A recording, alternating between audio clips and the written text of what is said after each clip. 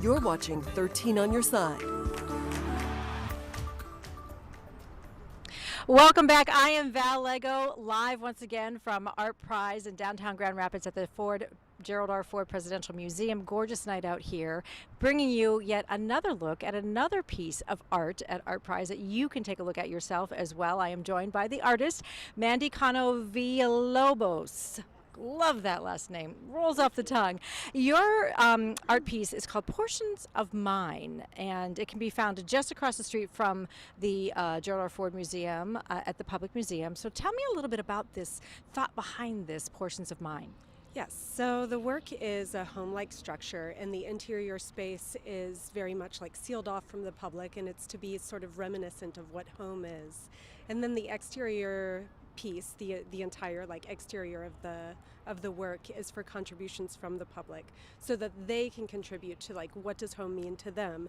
And so there's this kind of dialogue between private and public, and also between like specific memories and telling a story, and then how everyone contributes to telling their own story and their own idea of what home is. And you've had a lot of people contribute, haven't you? Yes, the whole thing is starting to fill up. So at first I wasn't sure if I was going to have enough, but now I definitely have more and more things, and sometimes I'll just show up and people leave things, or a lot of people like know where I live, so they'll just I'll show up home and there'll be like bags of stuff for me on my porch. It's a very interesting concept. What is the main thing that you're really hoping people take away from your art? I think that I want them to kind of understand that the idea of home, that like we as Americans, or like even as Grand Rapidians, like how do we define what home is, and how is that something that we share? So all of us, you know, I feel as though Grand Rapids is becoming more diverse. I moved here 10 years ago, and just seeing the changes that's already happened, I think that's a wonderful thing. But then how do we let that diversity kind of like unify us in terms of like, how do we make a space for ourselves as a group of people? How do we define like what Grand Rapids is as a home, or even like what ArtPrize is as a Grand Rapids tradition? How do we contribute to that?